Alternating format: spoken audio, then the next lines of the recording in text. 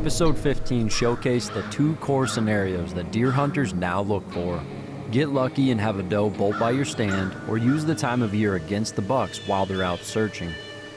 Decoy usage and calling was a popular play the past 2 days, and it's easy to see why. Used correctly, they can pull bucks away from their original path, pulling them into range for an up-close bow shot. Electing for a mix of both options, November 11th sees Mike Reed back on the river farm, tucked into a large doe bedding area with great visibility.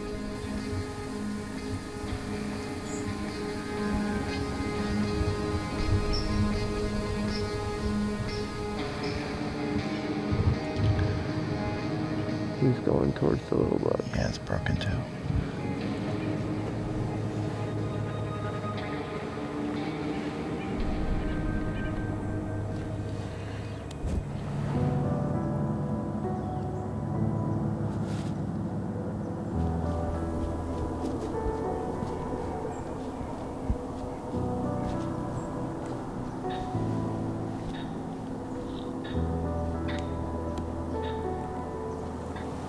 It is November 11th, Veterans Day. Happy Veterans Day to everyone. Thank you to all of you who have served or are currently serving. Ryan and I are set up down at the River Bottom Farm. We're on the north edge of the central timber in this little white oak. We've hunted it a few times in the past. We've had a few young bucks chasing does around in here as they're slowly making their way back into the bedding. This whole little wetland central timber is generally a big bedding area. We laid eyes on the broken 210, who I think is a 5-year-old. He was across the way this morning, followed a doe in here. The wind is forecasted to be southeast, which just angles it right back to the river. But it's all over the place. It's really light and variable. So I'm counting on the sun to get up and take our thermals up. We're in here after Fitzmagic. He was daylight 2 days ago. I had to work the last 2 days. And he was kind of all over camera. He was in the morning in daylight and the evening in daylight. I think he was probably between does.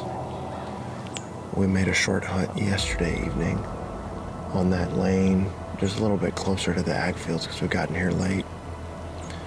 And we had a good hunt. We saw a great 3-year-old 10. He's just a beautiful deer.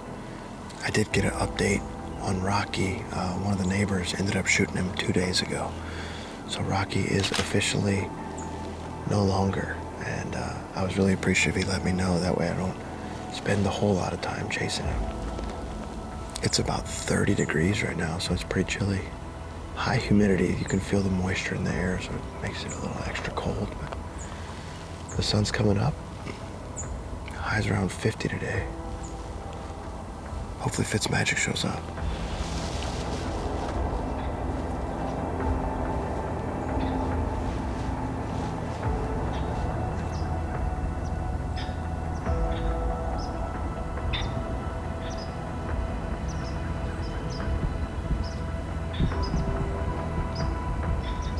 While the river bottom awakes in front of Mike, 378 miles to the southwest in Kansas, team member Nolan Redeker is also out hunting. This time, he's on the ground using a decoy. Well, good morning, guys. As you can see, I'm not in your typical rut setup this morning. Basically, out in this pasture, there's a middle draw, and that's kind of where all the deer bed. And there's a south brome patch and a north brome patch. This morning, I'm hunting the south one. I'm after the big 9 this morning. The big 9's been all over the cameras, pretty much everywhere, but I'm set up hoping that he comes out of some of this timber to the south into this pasture to look for a doe this morning. So it'll be really cool if a buck comes into this setup. So we'll see what happens.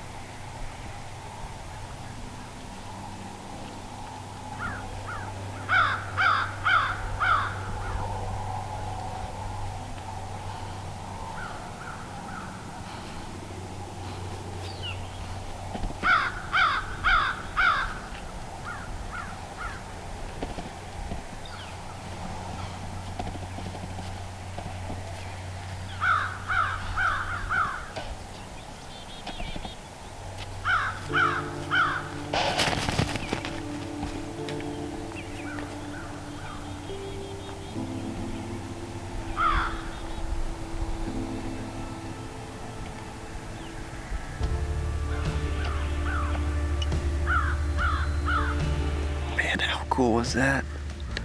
He just kept coming closer and closer. He was at like 5 steps. He literally spooked off my camera's autofocus. I love doing the decoy sits. That was such a cool encounter. Hopefully we can get one of the big boys to do that.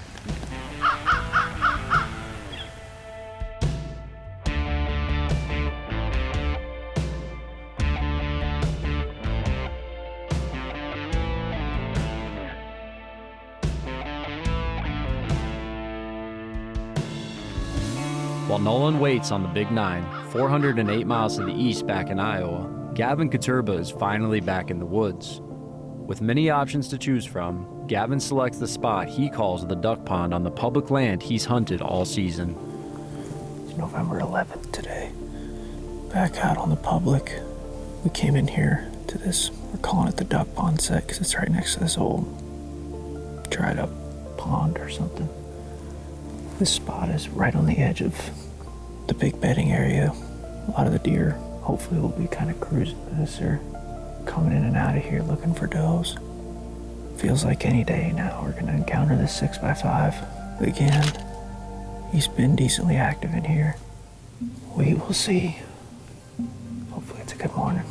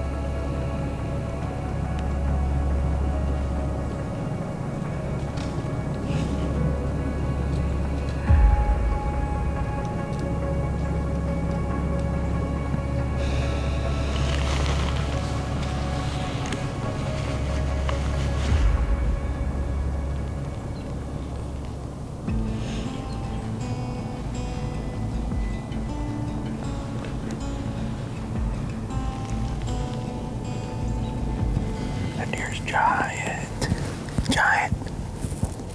That's that bladed aim. If I had to guess, that's a 6+ year-old buck. I had him, pictures of him my intern year.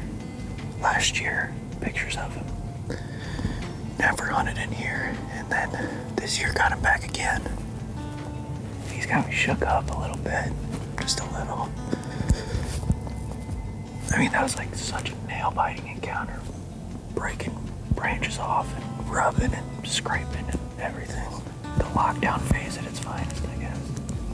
The closest he got was about 3 yards. Man, that was awesome. What a beautiful deer.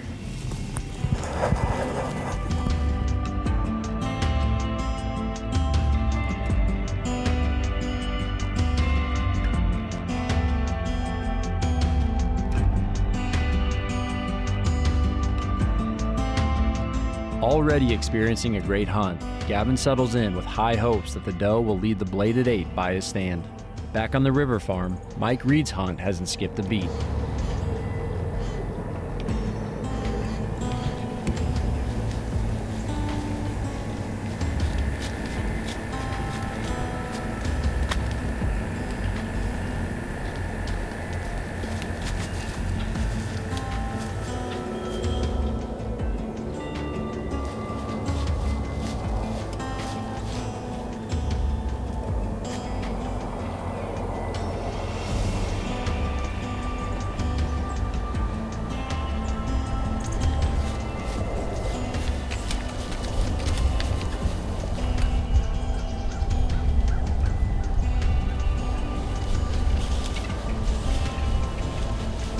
It's about 10:30 and we are gonna wrap up this morning's hunt.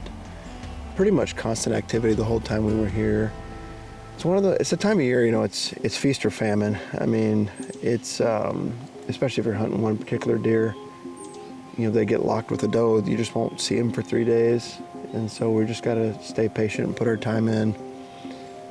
And I mean, the general rule of thumb this time of year is focus on your pinch points and your doe bedding area. This is certainly a good doe bedding area.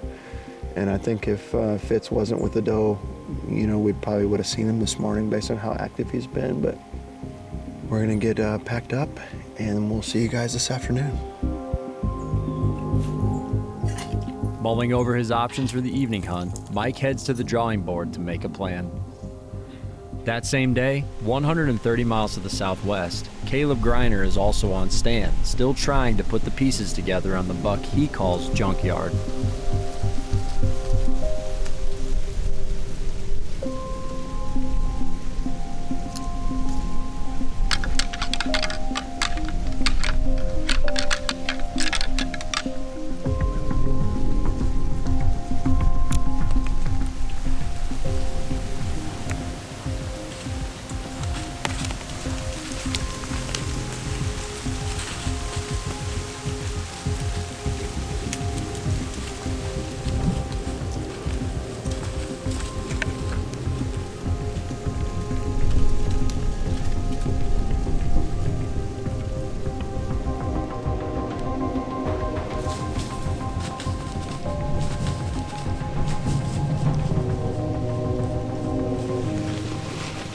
Just routed that block up here.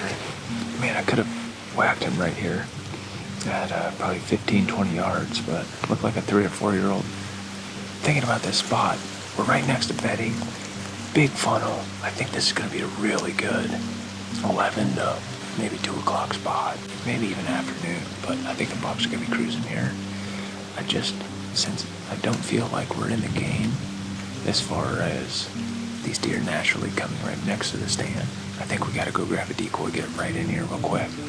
So we should be able to do that within the next 30 minutes. And I think it's gonna be worth our time doing it, even if we miss something. But we'll leave everything in the stand, get back up in here, hopefully soon.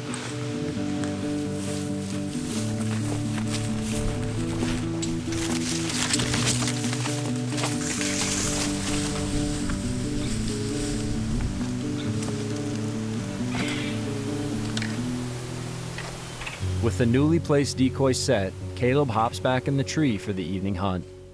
Back to the east on the river farm, Mike Reed is following his own advice. Electing to hunt a spot that he feels has the most evening doe activity, he and Rye slip in using the Kaufman e-bikes and dried up slough for undetectable access.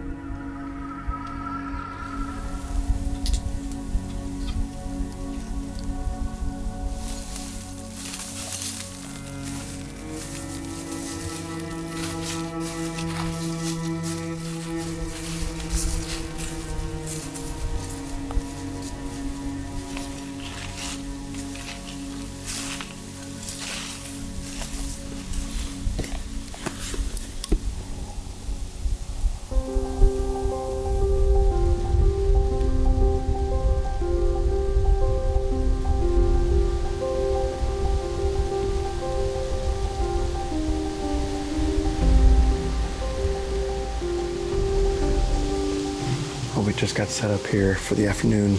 We're back in this little red oak, sitting on the green plot and where this lane comes out of the central timber.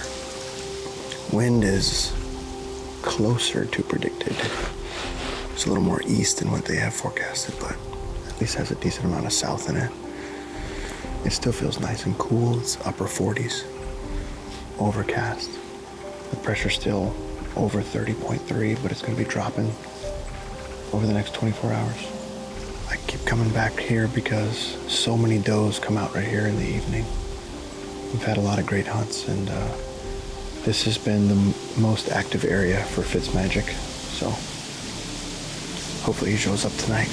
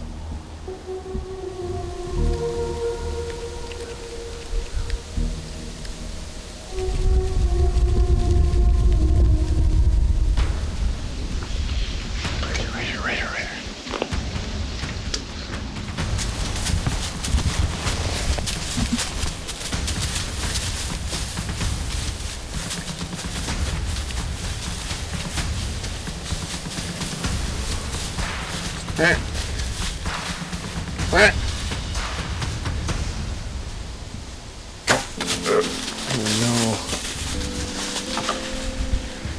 That was not good. Might have gotten the femoral.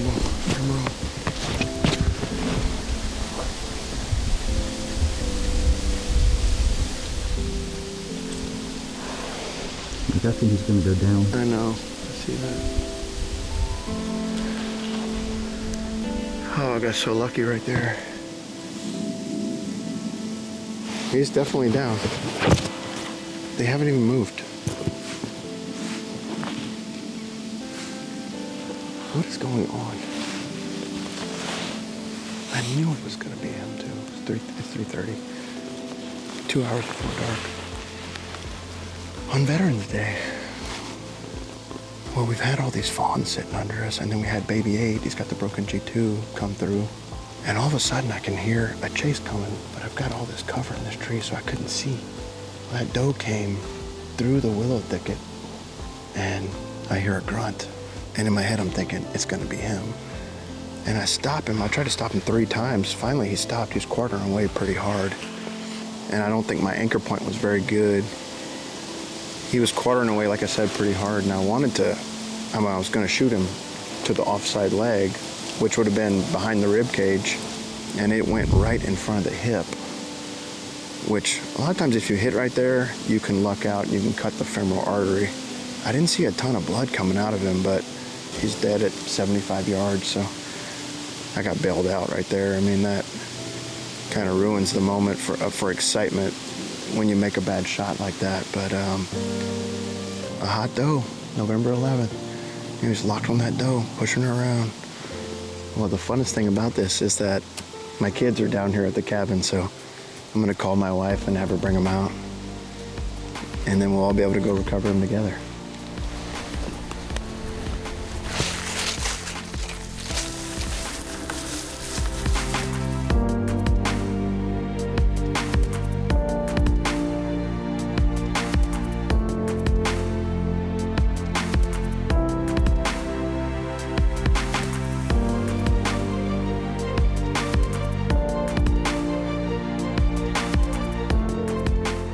While Mike waits for the Reed clan to arrive, back in southern Iowa, so far Caleb Griner's only deer sighting has been his decoy.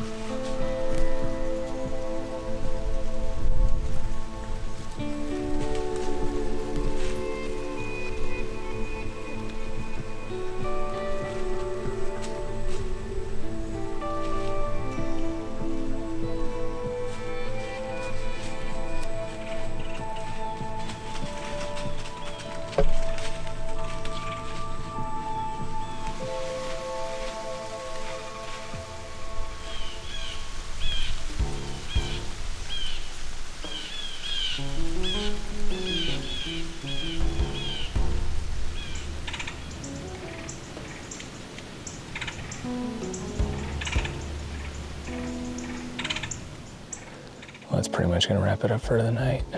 Not really sure how many deer we've seen. Probably 8 or 9 bucks overall. I'm guessing since we're so close to peak estrus right now, that there was a lot of does that came into it, and these bucks are just so tied up with these does that are in heat right now. Junkyard has been all over where we've been hunting, so we're gonna head that way tomorrow morning, but I've got a couple sets that I want to hang in the dark tonight. Reason being in the dark, just because these deer are out in the destination ag fields. I know I'm not going to bugger anything up in the dark, so hopefully tomorrow's a new day and a little bit better action.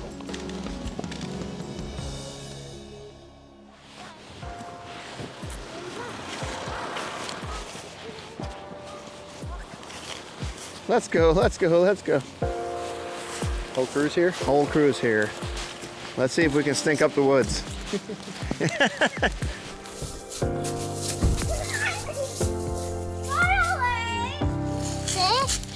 Hi, Tate. It also happened to me. Wait, did you see him go over? Where did he fall? Yeah, we did. He was standing right here when we started filming him. Hello. He was standing right here, Hello. and then he turned and ran this way.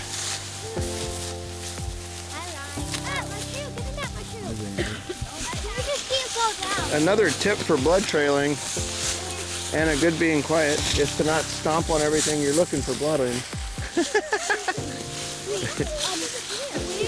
Found it.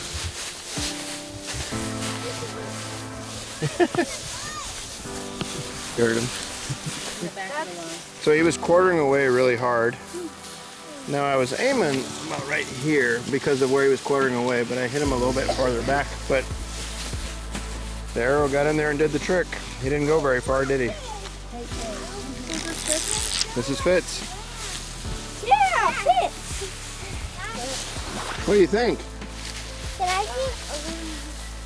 Well, really fun to have the family out to recover him.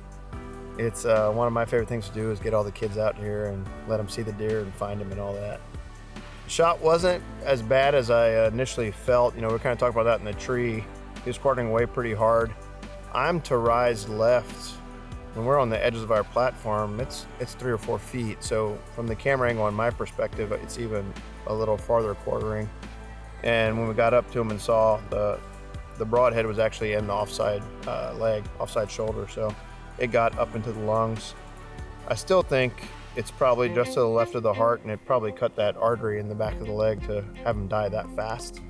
Anyway, blessing for him to expire right there that quickly on camera.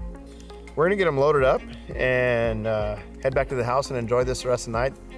What do you think, Bill? I'm very happy that my dad has shot DK and now Fitz. I'm just super proud of you. Aw, you ready to get out with your bow? Yes. Yes. Start practicing a little bit more, and then we're gonna get in the stand. Kill deer mode activated.